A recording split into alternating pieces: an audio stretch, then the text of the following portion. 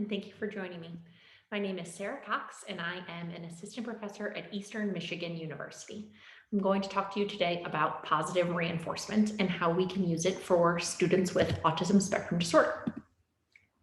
So today I'm going to talk a little bit more about what positive reinforcement is and what it isn't, types of reinforcers that we can use, when to use those reinforcers, why we should use them, how to use them, and then I'm going to provide you with some additional resources. Because this presentation is really just meant to be an introduction to reinforcement, so those additional resources will help you get all the information that you need in order to implement them effectively.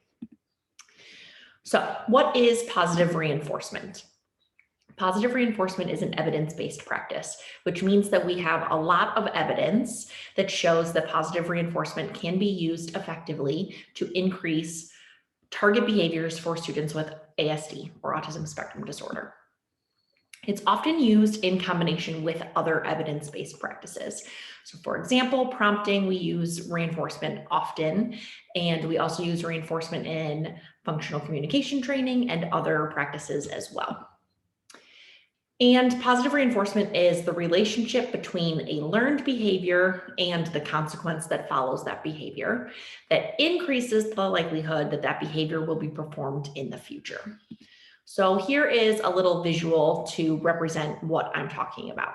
So there are other types of reinforcement and other things that we can do to either add things into the environment or remove things from the environment that will subsequently increase or decrease student behavior.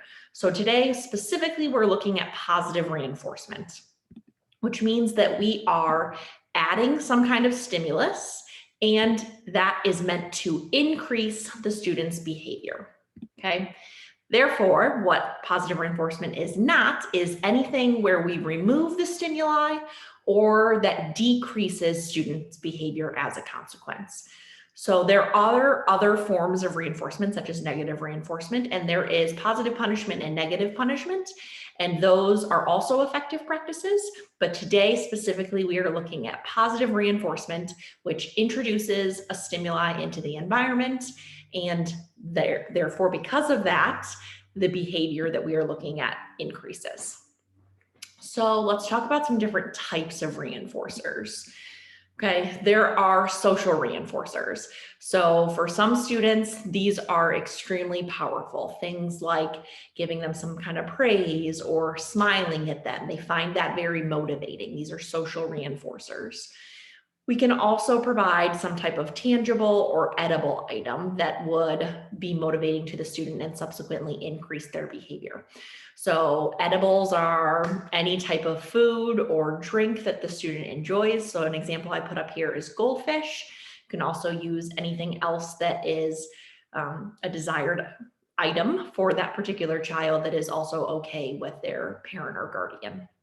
And then tangible items would be things that are meaningful to the student. So some kind of a toy. I had a student once who really liked access to a particular figurine that he used. So that could be on his desk for a little while. Those types of things are other types of reinforcers that we can use. In addition to that, we can provide some type of material item or access to an activity for the student. So some examples here would be play, some kind of play activity. A sticker can also often be motivating for students, and then access to some time on the computer would be another activity that students might be willing to work for. And then we have sensory reinforcers. So for some students, these types of activities are highly motivating. Things like playing with Play-Doh or slime, depending on what their interest is. And then something like the swings, or if you have a spinny chair, those types of activities can be very motivating to students. And then we also have natural reinforcers. So natural reinforcers are any reinforcer that naturally occurs in the environment. So for example, if the student asks you for a drink and you give them that drink, that is a natural reinforcer. If the student studies for a test and they earn a good grade because of it, that again is a natural reinforcer that occurs in the environment. Now, what is really important to remember is that reinforcement must be specific to that individual student or child. So reinforcement is very different for everyone, and what is motivating to me may not be motivating to someone else. And in addition to that, we may get sick of our reinforcers, or we may satiate on them. So once we have extended the life of that particular reinforcer, we may need to change it up a little bit, or allow the student to select the reinforcer for the day so that they don't get bored of that same exact reinforcer over and over again. So it's really important when you are providing reinforcement that you consider the individual that you're working with and what interests him or her, so that you can make sure that you are providing something that is in fact going to be most likely to increase that target behavior that you're working on. All right, so when is positive reinforcement appropriate? Well, positive reinforcement is appropriate anytime we are looking to increase a specific behavior. It has been shown to be effective for young children all the way through adults. So we have evidence from pre-kindergarten all the way through 12th grade that positive reinforcement can be used effectively to increase target behaviors. And it's very important to use positive reinforcement when we are teaching students new skills, because providing positive reinforcement provides them with that immediate feedback. So when do we deliver positive reinforcement? So you want to deliver positive reinforcement immediately after a target behavior. As I mentioned, it provides feedback to the individual that that is in fact the behavior that you are expecting, and that they should continue to use that behavior. It is that immediate feedback that they get, and you are providing it to them, at first at least, every single time that target behavior occurs. So if you are hoping that the student increases their use of AAC in order to request an item, every time they use the AAC to request that item, you're going to give them the item, because again, it provides that immediate feedback and increases the likelihood that they're going to continue to complete that specific target goal. Now, we do want to fade reinforcers over time. So as the student becomes more independent, as they continue to increase in their use of that target skill, you want to start to fade your reinforcers. Now, this can look like you deliver them less often. So rather than giving the reinforcer every single time the student does or completes that target skill, maybe you do it every other time. Maybe you do it every 3 times. You can also do it so those would be fixed intervals. You can also do it randomly, so that the student knows that sometimes they will be reinforced and sometimes they won't be reinforced.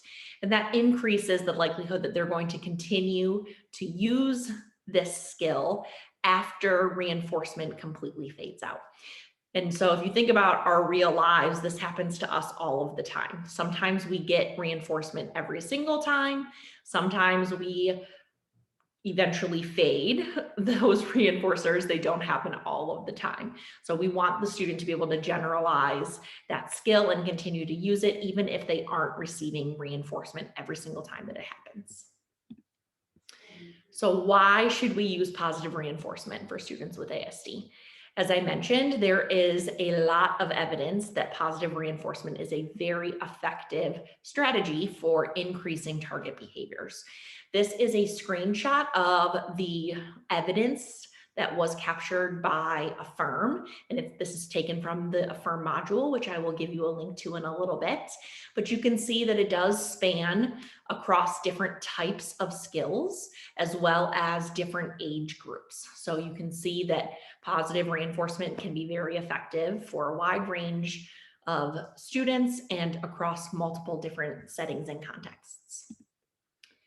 So how do you implement positive reinforcement? So the first thing you want to do is identify the behavior that you want to increase. Okay, so you don't want to choose something like the student won't interrupt, because that's something that the student is not doing. It's an absence of a behavior. But instead, you could say the student is going to raise their hand before being called on. That is a behavior that you're looking to increase. Then you can find a reinforcer that is appropriate for the student. So you might do this through something like a preference assessment, or you might provide the student with a reinforcer menu, which I will show some examples of here in just a minute. But that way the student gets to select the reinforcer that they are working towards for that day, which increases the likelihood that that particular thing will be motivating to them because they have chosen it and it's something that they want to do for that day. And then, as we talked earlier, you're going to immediately reinforce them. So every time that target behavior is done, you are going to immediately reinforce them as they are learning the skill. As they become more independent and they master that skill and they are showing that behavior more often, then you are going to fade that reinforcement. So here are two different examples of reinforcer menus. The one on the left, you might use with a younger child who might still benefit from the picture supports in their visual supports. So it says at the top, today I'm working for, and then the student could point and tell you which one of those things they wanted to work for. The opportunity to play with cars, maybe they wanted to have a dance party on the Wii, maybe they wanted to do some time on the swing, or maybe they wanted their chocolate milk. So they could choose the reinforcer that they're working for that particular day. And then you can break those up into, so if the target skill that you're working on or the behavior that you're working on is something that takes a little bit longer, maybe you give them an extended period of time on these different reinforcers that they're working for, or maybe you break it into smaller chunks. So if you are working on communication, for example, like we did before, then maybe you are playing with the car and every time they request the car, you hand it to them or you roll it. If they are asking for chocolate milk, then every time they ask for the chocolate milk, you give them a sip of their chocolate milk, something like that, where you're providing that reinforcement more often. The one on the right I used with a young man in middle school, and he was working on word problems, and every time he finished 3 word problems, he got to choose one of these activities. So he would choose the activity at the beginning, he would complete his 3 word problems, and then we would go spend 5 minutes completing whichever thing he asked for. So he got to choose between playing Subway Surf, going for a walk outside or inside if it was raining, working on a PowerPoint presentation, watching videos on YouTube, or he was able to talk with one of his friends if they were available. All right, so if you are looking to implement reinforcement in your context, here are some great resources for you. The first link is the link to that Affirm module that I mentioned before, out of the University of North Carolina. It has a ton of resources on it. It also has brief reports that you can print out that go through the positive reinforcement as well as some of the other types of reinforcement.